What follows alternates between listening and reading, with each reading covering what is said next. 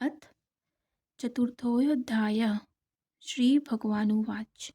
श्री भगवान बोले, मैंने इस अविनाशी योग को सूर्य से कहा था। सूर्य ने अपने पुत्र वैवस्वत मनु से कहा और मनु ने अपने पुत्र राजा इक्ष्वाकु से कहा। हे परंतप अर्जुन, इस प्रकार परंपरा से प्राप्त इस योग को राज ऋषियों ने जाना, किंतु उसके बाद वह योग बहुत काल से इस पृथ्वीलोक में लुप्त प्राय हो गया।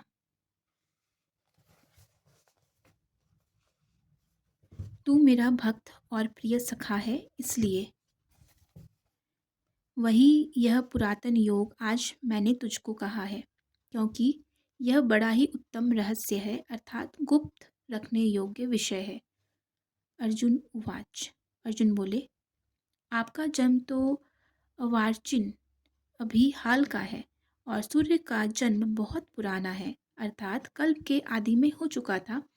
तब मैं इस बात को कैसे समझूं कि आप ही ने कल्प के आदि में सूर्य से यह योग कहा था। श्री भगवान उवाच। श्री भगवान बोले, हे परंतप अर्जुन, मेरे और तेरे बहुत से जन्म हो चुके हैं। उन सब को तू नहीं जानता, किंतु मैं जानता हूँ।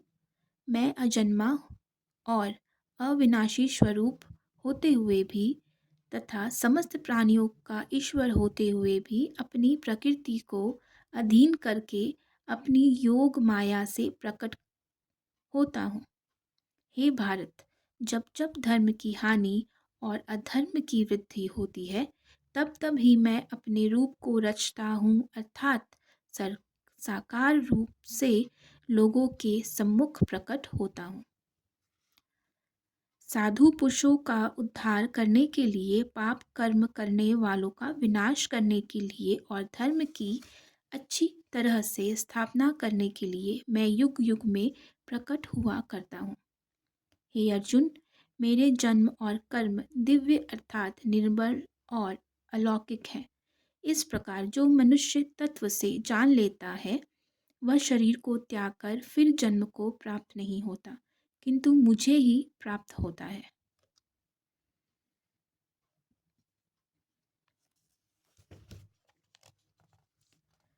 पहले भी जिनके राग, भय और क्रोध सर्वथा नष्ट हो गए थे और जो मुझ में अनन्य प्रेम पूर्वक स्थित रहते थे, ऐसे मेरे आश्रित रहने वाले बहुत से भक्त उपयुक्त ज्ञान रूप तप से पवित्र होकर मेरे स्वरूप को प्राप्त हो चुके हैं। हे अर्जुन, जो भक्त मुझे जिस प्रकार भजते हैं, मैं भी उनको उसी प्रकार भजता हूँ, क्योंकि सभी मनुष्य सब प्रकार से मेरे ही मार्ग का अनुसरण करते हैं। इस मनुष्य लोक में कर्मों के फलों को चाहने वाले लोग देवताओं का पूजन किया करते हैं, क्योंकि उनको कर्मों से उत्पन्न होने वाली सिद्धि शीघ्र मिल जाती है। ब्राह्मण, क्षत्रिय, वैश्य और शूद्र, इन चार वर्णों का समूह गुण और कर्मों के विभाग पूर्वक मेरे द्वारा रचा गया है। इस प्रकार इस सृष्टि रचनादि कर्म का कर्ता होने पर भी मुझ अविनाशी परमेश्वर को तू वास्तव में अकर्ता ही जान। कर्मों के फल में मेरी स्पृहा नहीं है, इसलिए मुझे कर्म लिप्त नहीं करते। इस प्रकार जो मुझे तत्व से जान लेता है, वह भी कर्मों से नहीं बंधता।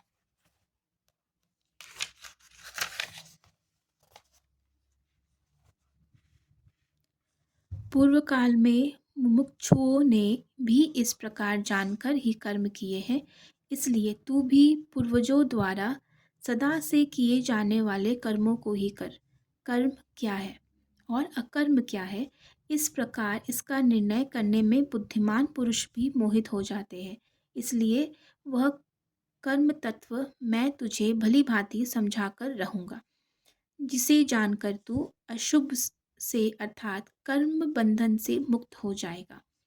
कर्म का स्वरूप भी जानना चाहिए और अकर्म का स्वरूप भी जानना चाहिए तथा विकर्म स्वरूप भी जानना चाहिए, क्योंकि कर्म की गति गहन है। जो मनुष्य कर्म में अकर्म देखता है और जो अकर्म कर्म देखता है, अकर्म में कर्म देखता है, वह मनुष्यों में बुद्धिमान है और वह योगी समस्त कर्मों को करने वाला है। जिस संपूर्ण शास्त्र सम्मत कर्म बिना कामना और संकल्प के होते हैं तथा जिसके समस्त कर्म ज्ञान रूप अग्नि द्वारा भस्म हो गए हैं, उस महापुरुष को ज्ञानी जन भी पंडित कहते हैं। जो पुरुष समस्त कर्मों में और उनके फल में आसक्ति का सर्वथा त्याग करके संसार के आश्रय से रहित हो गया है और परमात्मा में नित्य तृप्त है, वह कर्मों में भली भांति बरतता हुआ भी वास्तव में कुछ भी नहीं करता। जिसका अंतःकरण इंद्रियों के सहित संसार जीता हुआ है और जिसने समस्त भोगों की सामग्री का परित्याग कर दिया, ऐसा आशा रहित पुरुष केवल शरीर संबंधी कर्म करता हुआ भी पापों को नहीं प्राप्त होता। जो बिना इच्छा के अपने आप प्राप्त हुए पदार्थ में सदा संतुष्ट रहता है, जिसमें ईर्ष्या का सर्वथा अभाव हो गया है, जो हर्ष शोक आदि द्वंद्वों से सर्वथा अतीत हो गया है, ऐसा सिद्धि और असिद्धि में सम रहने वाला कर्मयोगी कर्म करता हुआ भी उनसे नहीं बंधता। जिसकी आसक्ति सर्वथा नष्ट हो गई है, जो देहाभिमान और ममता से रहित हो गया है, जिसका चित्त निरंतर परमात्मा के ज्ञान में स्थित रहता है, ऐसा केवल यज्ञ संपदा संपादन के लिए कर्म करने वाले मनुष्य के संपूर्ण कर्म भली भांति विलीन हो जाते हैं। जिस यज्ञ में अपर्ण अर्थात आदि भी ब्रह्म है और हवन किए जाने योग्य द्रव्य भी ब्रह्म है तथा ब्रह्म रूप कर्ता द्वारा ब्रह्म रूप अग्नि में आहुति देना रूप क्रिया भी ब्रह्म है, उस ब्रह्म कर्म में स्थित रहने वाले योगी द्वारा प्राप्त किए जाने योग्य फल भी ब्रह्म ही है। दूसरे योगी जन देवताओं के पूजन रूप यज्ञ का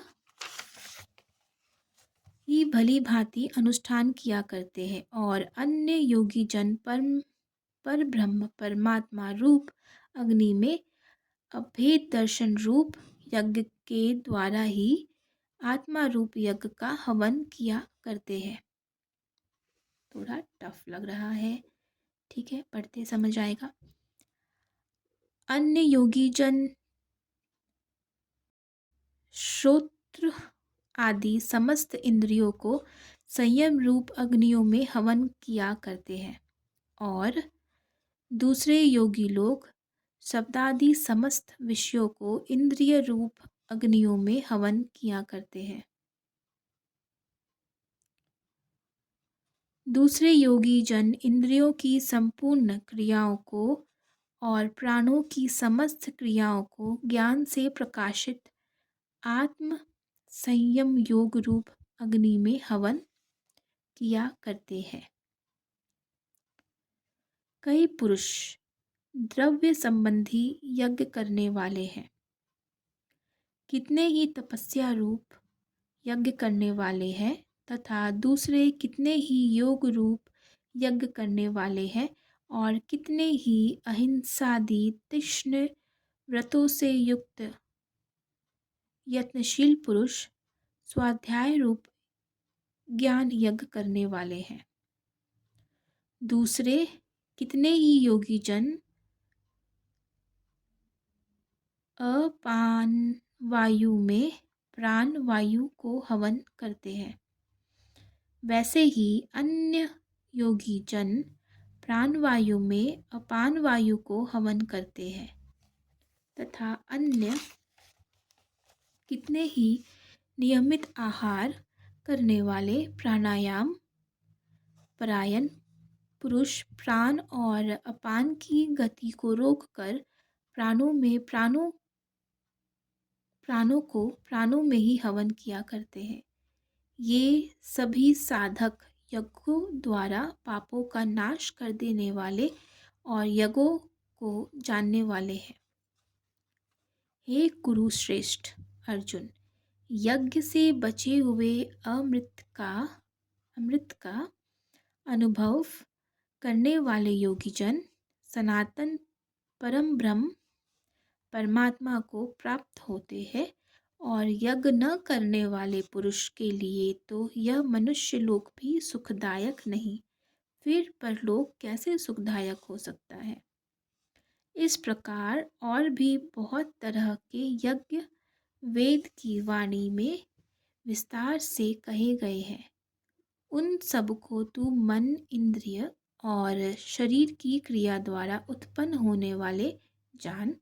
इस प्रकार तत्व से जानकर उनके अनुष्ठान द्वारा तू कर्म बंधन से सर्वथा मुक्त हो जाएगा। हे परम तप अर्जुन, द्रव्यमय यज्ञ की अपेक्षा ज्ञान यज्ञ अत्यंत श्रेष्ठ है तथा यावन्न मात्र संपूर्ण कर्म ज्ञान में समाप्त हो जाते हैं। उस ज्ञान को तू तत्वदर्शी ज्ञानियों के पास जाकर समझ।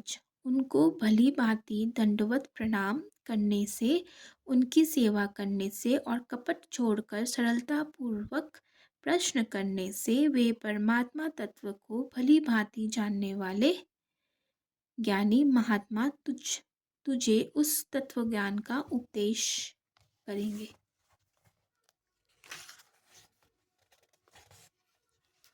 जिसको जानकर फिर तू इस प्रकार मोह को नहीं प्राप्त होगा। तथा हे अर्जुन, जिस ज्ञान के द्वारा तू संपूर्ण भूतों को निःशेष भाव से पहले अपने में और पीछे मुझ सच्चिदानंद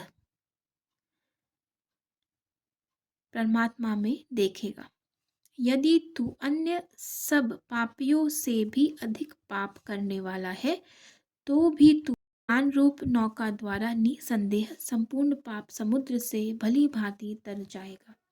क्योंकि हे अर्जुन, जैसे प्रज्वलित अग्नि ईंधनों को भस्ममय कर देता है, वैसे ही ज्ञान रूप अग्नि संपूर्ण कर्मों को भस्ममय कर देता है।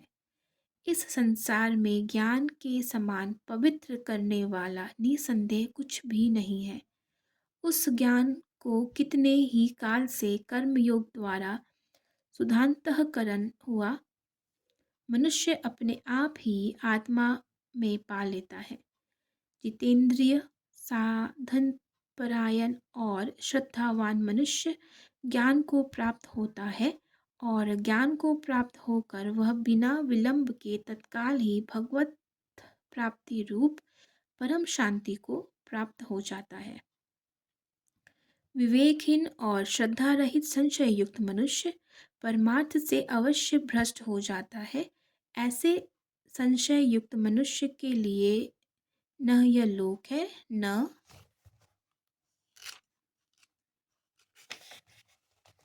परलोक है और न ही सुख ही है।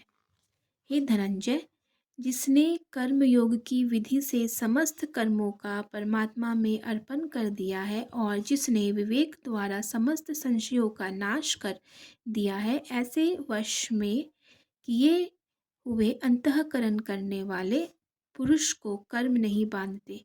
इसलिए हे भरतवंशी अर्जुन, तू हृदय में स्थित इस अज्ञान जनित अपने संशय का विवेक विवेक ज्ञान रूप तलवार द्वारा छेदन करके समत्व रूप कर्मयोग में स्थित हो जा और युद्ध के लिए खड़ा हो जा।